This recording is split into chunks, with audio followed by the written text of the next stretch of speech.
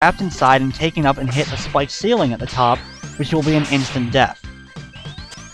You either want to bounce off the left wall when they get very close to you to go over all of them and deliver a shot, or jump in between each individual one and deliver a full charged up shot to them after the third one has already come out.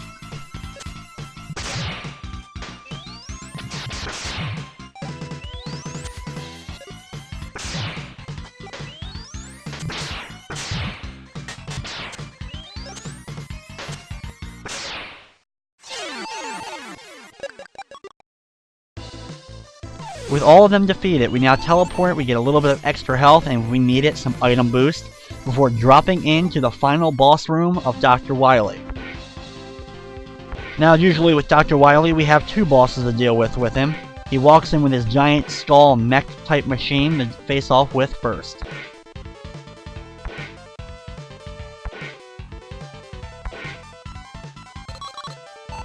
Now, you want to deliver shots to Dr. Wily's open window.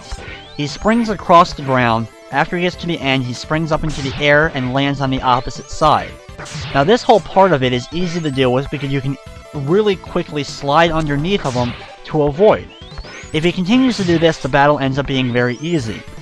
However, most of the time he'll land after a few of these, and he'll actually shoot out little tiny robots that you'll have to deal with as well. With these robots, they're a little bit of a pain to avoid. If you can get them stuck, you can actually get them stuck together, so it's actually only one of them that you have to deal with, and you can really continue focusing on shooting Dr. Wily.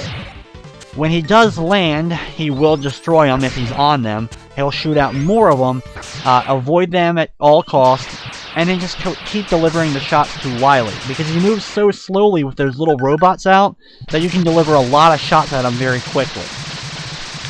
With him defeated, we're going to face off with the final form of Dr. Wily, which I'm going to use the Springman ability against. Now this final form is very similar to the other final forms that we faced in the last few Mega Man games. He has just Dr. Wily and his UFO, and he shoots out different types of projectiles at you. In this battle, it ends up being an extreme nuisance because there's 4 of them that come out in different areas, and then they fire once at you, they move towards you once, and then they move towards you again off screen. There's several ways to easily avoid them. If he's up in the air, like really high up, usually a little bit above halfway up the screen, and usually not on the walls, like if he's in the middle of the screen or if he's way up, stand underneath of them. They'll fire when they come out. You want to slide quickly under one and then jump over them again. It's a little bit hard to get the pattern of avoiding the projectiles, but they usually aren't too bad to deal with when they shoot out. Usually, if you can't get underneath them, you do the quick slide and then jump over.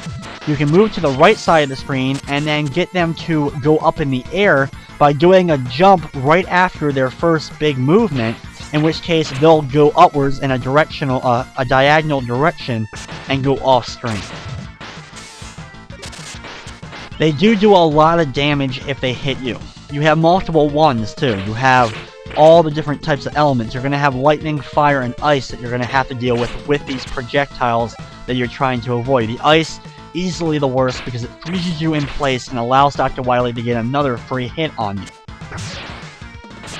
Now the spring ability ends up working pretty well against them, and if you get low on health, thankfully we still have another energy tank which I will use here, the super tank, which refills all your items as well as your health.